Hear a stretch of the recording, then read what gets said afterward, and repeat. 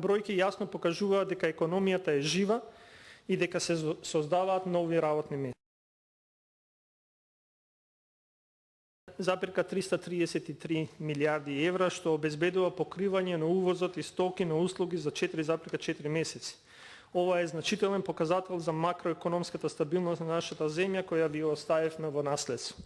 Странските директни инвестиции во првиот квартал, кои се направени без вонинституционални договарања, достигнаа 290 милиони евра, а што е уште еден доказ за стабилноста и атрактивноста која успеевме да изградиме и да ви оставиме.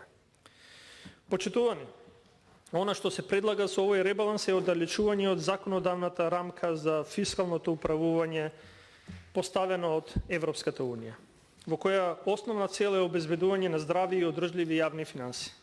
Со овој ребаланс потврдуваме дека одиме спротивно од определбите и процесите во Европската Унија. Ова најблаго речено не е добро, не испраќаме добар сигнал во Брисел. И уште една неевропска карактеристика. Буџетите на европските земји се резултат на политички преговарачки процес. Само кај нас тоа не е така. Ни трага од програма за конвергенција, ниту одлука за буџетска рамка. Ништо од следењето на добрата пракса на земјите членки на Европска Унија. А кога сме кај парите во буџетот и тезите дека сме оставиле празен буџет, добро е јавноста да знае дека во првите 6 месеци од 2024 година, исто како што кажа Министерката за финансии денеска, вкупно остварените приходи во буџетот изнесуваат 144,2 милиарди денари или 46,53% од планираните приходи за 2024 година и истите се за 9,9% повисоки од вкупно остварените приходи во истиот период во 2023 година. Исто така, кај даночните приходи имаме зголемување од 14,2% споредено со првите 6 месеци од 2023 година. Значи, во буџетот имало пари, што го потврдува и самиот чин на ребаланс. Не може да се распределува од празно во празно. А дали овие пари ги задоволуваат економските аспирации на владата или одредени групи, тоа е веќе друго прашање. Но крајно неодговорно е буџетски пари да бидат предмет на политички сензационализам, затоа што лажни и драматични јавни оценки може значително негативно да влијаат врз економските текови, затоа што таа може да влие несигурност кај бизнес заедниците, кај потенцијалните инвеститори. Затоа изнесувањето на неодговорни и лажни оценки во јавноста не може да се разбере поинаку освен како задоволување на пропагандни политички мотиви и интереси и би рекол и странски интереси. Ова однесување на кројачите на ребалансот го подкопува создавањето на предуслови за одржливи економски резултати, а малку подоцна ќе укажеме на конкретни причини за овој сензационализам. Почитувани, наместо фискална консолидација имаме тотална фискална деструкција. Со нарушување на буџетското правило за дефицитот и неговото зголемување од 3,4% на 4,9% од бруто домашниот производ, изголемувањето на јавниот долг од 58% на 68% во најава е Франкенштајн економија, во која различни и често контрадикторни економски политики преку ребалансот се соединуваат во една нефункционална и разорна целина. Со ребалансот економијата ќе биде претворена во чудовиште составено од разнородни и неприродни споени политики. Наместо да се гради економија која обезбедува можности за сите, ќе гледаме заробен систем кој функционира само за привилегираните. И тоа со привилегии стекнати во 4 очи. Овие основни економски индикатори укажуваат на отсуство на намера и способност земјата да се насочува кон стабилност и просперитет. Ребалансот за кој денес расправаме е првиот економски тест за новата влада, на кој со усвојувањето таа ќе падне, затоа што не се препознава системски и холистички пристап во прекројувањето на буџетот. На повидок е економска динамика која ќе не турка кон амбисот. Не се препознаваат почитување на основните макроекономски правила и принципи. Ке се отворат процеси кои сериозно ќе ја отргнат економијата од стабилност и одржливост, кон што ја насочивме и тоа во услови на најголеми економски и енергетски потешкоти. Успеавме буџетскиот дефицит да го намалиме на 3,6%, а јавниот долг да го спуштиме на ниво од 55% од бруто домашниот производ. Според проценките на Фискалниот совет, независното тело кое објективно и професионално ги надгледува макроекономските и фискалните политики во земјава. Вкупниот јавен долг не смее да надмине 53 до 55% од бруто домашниот производ. Оваа проценка е според капацитетот и структурата на нашата економија, а не според способноста за оценки правени во 4 очи со политичарите. Дополнителни фискални ризици предизвикува и проектирањето на буџетските расходи на ниво од скоро 40% од бруто домашниот производ, што е историски највисоко ниво. Фискалниот совет оценува дека неопходно е успорување на растот на јавните расходи во однос на растот на номиналниот бруто домашен производ и нивно сведување на долг рок на 33 до 34% од бруто домашниот производ, колку што дозволува функционалноста на сегашниот систем на даноци и придонеси. Ова ќе создаде дополнителен притисок за зголемување на јавниот долг. Ако сме кај јавниот долг, со овој ребаланс тој станува чудовишен сам по себе. Во делот на приходната страна на буџетот, кај задолжувањето во странство од првично проектираните 728,6 милиони или во денари 44 милиарди и 810 милиона, има зголемување на нови 50 милиарди 813 милиона или 826 милиони евра, или на дополнувањето е 100 милиони евра. Тоа е зголемување од прилика за 100 милиони. Сега, прашањето е каде е другото надворешно задолжување? Каде е целото задолжување кое пријателски премиерот ни го договори идните генерации да го отплаќаат кон Унгарија? Ако овие 100 милиони евра се дел од најавеното задолжување од 500 милиони, тогаш никаде ги нема другите средства од задолжувањето. Да, тие влегуваат во јавниот долг затоа што одат во развојната банка, но не и во покривање на буџетскиот дефицит. Но можеби имате уште да ни кажете до крај на годината, затоа што јавниот долг уште не го има постигнато плафонот, или како што јас си го викам чудовишен јавен долг, и тој најверојатно ќе отиде над 68%, доколку до крајот на годината се остварат уште од предвидените задолжувања кои што вие ги најавите. Но за тоа ќе видиме. И додека сум кај јавниот долг, да укажам и зошто Министерката за финансии и премиерот има потреба од лажните политички сензационализми со квалификации на работењето на владата предводено од СДСМ како економија во клиничка смрт. По се изгледа од ВМРО ДПМН овиделе дека ако годинава ја вметнат цела милиарда евра од унгарскиот заем, јавниот долг најверојатно ќе скокне до таван, односно ќе биде скоро 75%, па затоа одлучиле тоа да го направат со 500 милиони евра годинава, па 500 милиони евра следната година пред локалните избори. Ако сите 500 милиони евра задолжување не можеме да ги препознаеме во ребалансот, тоа не е случај со зголемувањето на долгот дома. Бранот на задолжување е насочен и кон внатре. На приходната страна се предвидува зголемување на приходите по основа на задолжување од претходно предвидените 646 милиони евра на феноменални 896 милиони евра. Односно околу 250 милиони евра ќе бидат заробени од државата од домашните комерцијални банки. И наместо да се води политика која ќе ги поттикнува домашните компании со лесен пристап до кредити од локалните банки, владата ги заробува овие средства, создавајќи финансиска препрека за развој на приватниот сектор. Со оваа политика не само што ќе се намали финансискиот капацитет на банките да поддржуваат нови проекти и инвестиции, туку ги принудува и домашните компании да се задолжуваат во странство, под услови кои се договорени вон системски, во 4 очи, а кој знае можеби и во други места. Во предложениот ребаланс може да се препознаат и други прераспределби кои ќе го зголемат притисокот на компаниите, своите инвестиции и развој да ги реализираат преку унгарскиот кредит.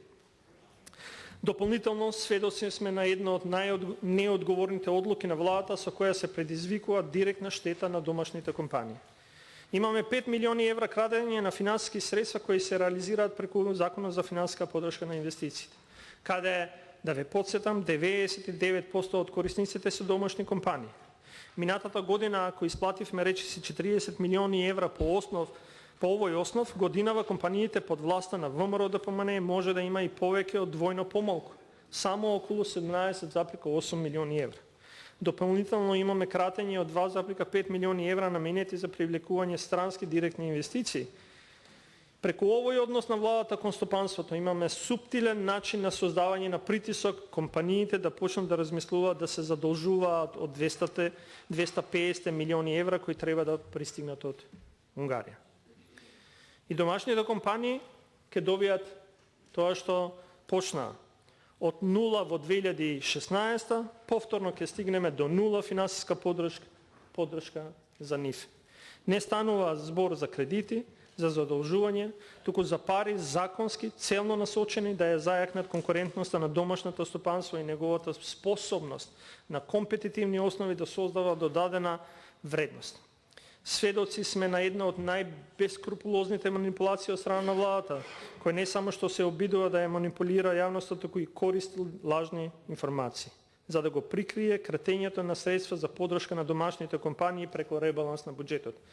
И ова не е само економски неодговорно, туку е крајно опасно за нашата економија и иднината на нашата земја. Во едно од своите последни интервјуа премиерот, зборувајќи за 100 милиони евра поддршка кон стопанството, најавува формирање на адхок тело кој ќе испитува како овие пари преку законот за финансиска поддршка на инвестиции биле потрошени. Овој закон беше донесен и спроведен од време на владата формирана од СДСМ, со цел да се обезбеди транспарентност и праведност во поддршката на инвестициите, во што и успеавме. Премиерот тврди дека не постои тело за контрола на исплата на овие средства и дека нема правилник, што е апсолутно неточно. Формирана е и функционира комисија за евалуација која спроведува и следи имплементацијата на финансиската поддршка. Исто така не е точно дека, како што сака да се создаде впечаток премиерот, дека пари се делеле од ракав. Во законот јасно се дефинирани критериумите и условите под кои компаниите може да добијат финансиска поддршка. Ова е уште еден обид за манипулација и создавање лажна слика за работата на претходната влада и спроведување на законот за финансиска поддршка на инвестиции. На сето ова се надоврзува и едно уште манипулативно соопштение на кое дел од медиумите е наседнаа, со кое владата дополнително се обидува да ја збуни јавноста и да го изврти фокусот од вистинскиот проблем, а тоа е кратењето на средствата за поддршка на домашните компании преку ребалансот на буџетот. Ова е директен удар врз домашните компании и економскиот раст. Благодарение на овој закон, само да ве подсетам, во изминатите 6 години беа поддржани 919 компании кои инвестираа над 500 милиони евра и отворија над 5000 нови работни места. Овие 100 милиони евра не се фрлени во празно, туку представуваат реална поддршка за домашната економија. И ова е голема разлика од оние 0 денари кои ВМРО ДПМНЕ им ги обезбедуваше на домашните компании. И како што тргнала работата, најверојатно повторно ќе биде 0. И ова е суштинска разлика од актуелната влада која е научена да договара инвестиции и да дели финансиска поддршка во 4 очи и по кафеани. Оваа политика на двојни стандарди и манипулација, која гледаме уште на самиот почеток на мандатот, е крајно загрижувачка. Додека во ребалансот се препознава смислено зголемување на притисокот на домашното стопанство, 500 милиони евра, освен што не се препознаваат, резултати од нив не може да се видат ниту во надалната корекција на растот на бруто домашниот производ. Од 3,4 на 2,1. Ги нема ниту 6 милиарди денари за капитални проекти во општините. Значи, околу 600 милиони евра кои сензационалистички се најавуваат во јавноста, дека ќе се насочат во економијата и ќе донесат бенефит во стопанството и граѓаните, ги нема во резултатите кои треба да го испорача ребалансот на буџетот. Каде исчезнуваат овие пари? Зошто ги нема во растот на бруто домашниот производ? Дали владата не верува во механизмите за нивно ефективно реализирање или пак свесно во пропагандни цели во јавноста се обидува да се остави впечаток за некој драматично позитивен ефект од овие пари. Очигледно дека овие скромни проекции за растот на бруто домашниот производ произлегуваат и од сериозните прашања и состојби поврзани со корупцијата и неефикасноста на локалната самоуправа, каде што најголем дел од овие пари треба да завршат.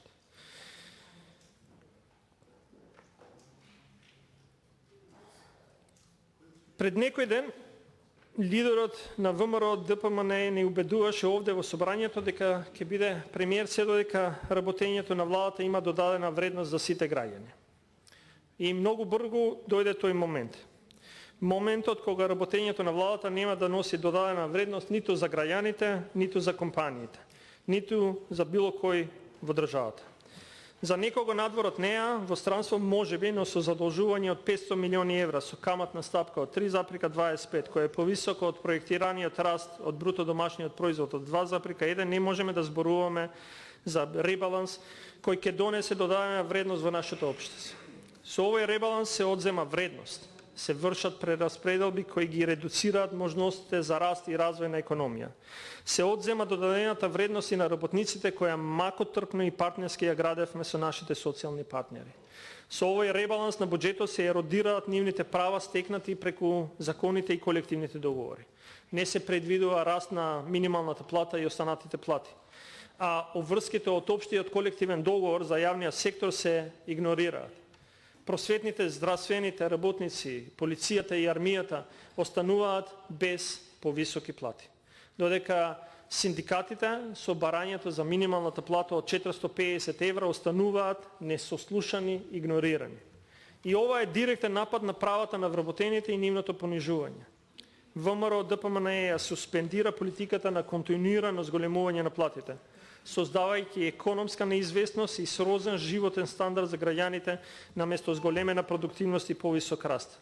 Буџетот ќе донесе огромни задолжувања, додека платите на работниците ќе стагнираат. Несигурна економска иднина е повидок за нашите граѓани. Им се скратува додадената вредност и на пензионерите. Најавениот раст на пензиите е обична фата моргана. Новата влада грубо манипулира со линеарното зголемување од 2500 денари, создавајќи илузија на грижа за пензионерите. Наместо ветените 5000 денари, ова зголемување е значително помало и не е во согласност со реалните потреби на пензионерите. Вака разликата од она што би го добиле пензионерите според методологијата за усогласување на пензиите со просечната плата, воведена од СДСМ, и она што им е ветено од ВМРО ДПМН е околу 2000 денари за некои категории. Со рушењето на системот на усогласување на пензиите со просечната плата и воведувањето само на линеарен раст, постои ризик владата во иднина воопшто не ги зголемува пензиите. Дополнително, циничниот однос на владата кон пензионерите се гледа и преку ребалансот на буџет со кој се преполовини средствата за изградба на старечки домови и објекти за социјална заштита. И ова е уште еден доказ дека грижата за пензионерите е само празна риторика, додека вистинската подршка и неопходните инфраструктурни проекти се занемаруваат. Пензионерите се оставени без соодветна грижа и подршка, што е крајно неодговорно и нехумано. Истовремено се обидува да ни фрлат прав во очите со зголемувањето на средствата за локалните патишта од 10 милиони на 22 милиони евра. Односно разлика од 12 милиони евра, додека главните коридори 8 и 10 се оставени на милост и немилост. Впрочем, вчера слушнавме дека веќе не е приоритет исток и запад, туку е југ и север. Од првично проектираните 245,5 милиони евра, сега имаме кратене на 67 милиони евра, што значи дека се одземаат скоро 180 милиони евра од клучните инфраструктурни проекти. Значи, со овој ребаланс ќе имаме вкупно 165 милиони евра помалку за изградба на патишта.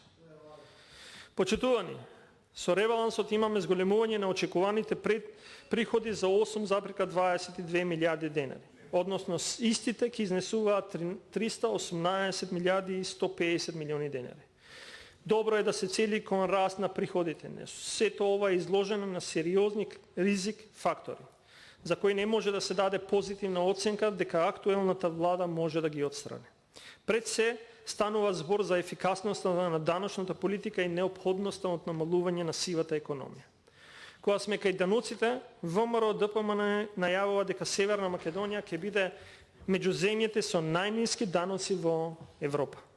Во владината програма е предвидено намалување на ефективната даночна стапка на 5% за компании со нето добивка од најмалку 50 милиони евра, мерка за која веќе претходно укажав дека ќе придонесе одлевање на средствата од нашиот буџет во буџетот на земјата од каде што потекнуваат големите компании. Од 1 јануари годинава, ако не сте знаеле, преку ОЕЦД, што беше поддржана од 140 земји во светот, и Европската Унија се поставија правила за глобален минимален данок од 15% за мултинационалните корпорации кои остваруваат годишни приходи од над 750 милиони евра. Па секако. У вечерното школа за ВМРО ќе ви ги кажувам овие работи. Согласно овие меѓународни стандарди, ама данокот се намали на 5%, тогаш разликата од 10% на компаниите ќе им биде наплатена во нивните матични земји. Веројатно во некои од матичните земји на некои од функционерите.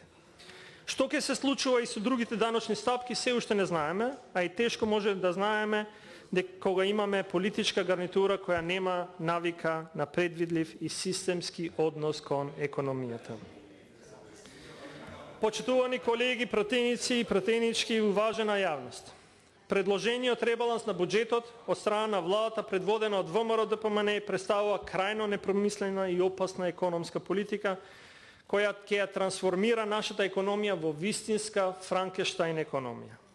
Со овој ребаланс, наместо да се создадат основи за одржлив економски раст, се создава економски монструм составен од разнородни и контрадикторни мерки. Недостаток на зголемување на платите, игнорирањето на колективните договори и кратењето на инфраструктурните проекти се само некои од аспектите кои ќе доведат до економски колапс. Наместо да се инвестира во проекти кои ќе го стимулираат економскиот раст, средствата се пренасочуваат кон краткорочни и неефективни мерки за фаворизирање на проекти кои ќе имаат сомнителна ефикасност, кои само ќе го зголемат јавниот долг и ќе ја намалат фискалната стабилност. За голем бруто домашен производ мора најнапред да имаме голем буџет.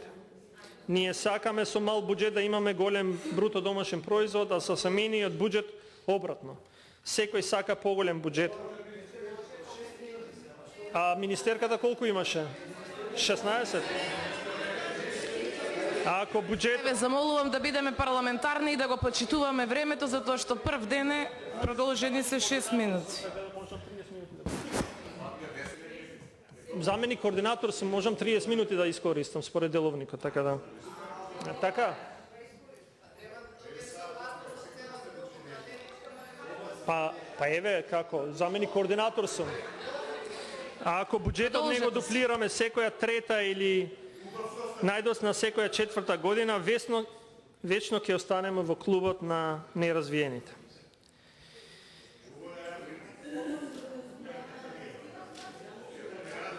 Последици од ваквиот пристап кон економијата најверојатно ќе бидат драматични и катастрофални за животниот стандард на граѓаните и за функционалноста на стопанството. Зголемувањето на буџетскиот дефицит на историско највисоко ниво од 4,9 и јавниот долг на 68% ќе ја парализираат економијата. Граѓаните ќе се соочат со намалени и помалку квалитетни јавни услуги, екзодус на младите работници, зголемени трошоци за живот и намалена куповна моќ.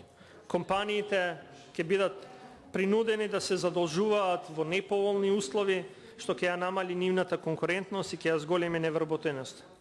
Оваа влада не само што го загрозува сегашниот економски напредок, туку и днината на нашата земја, создавајќи економски систем кој е осуден на постојана криза и нестабилност. Благодарам.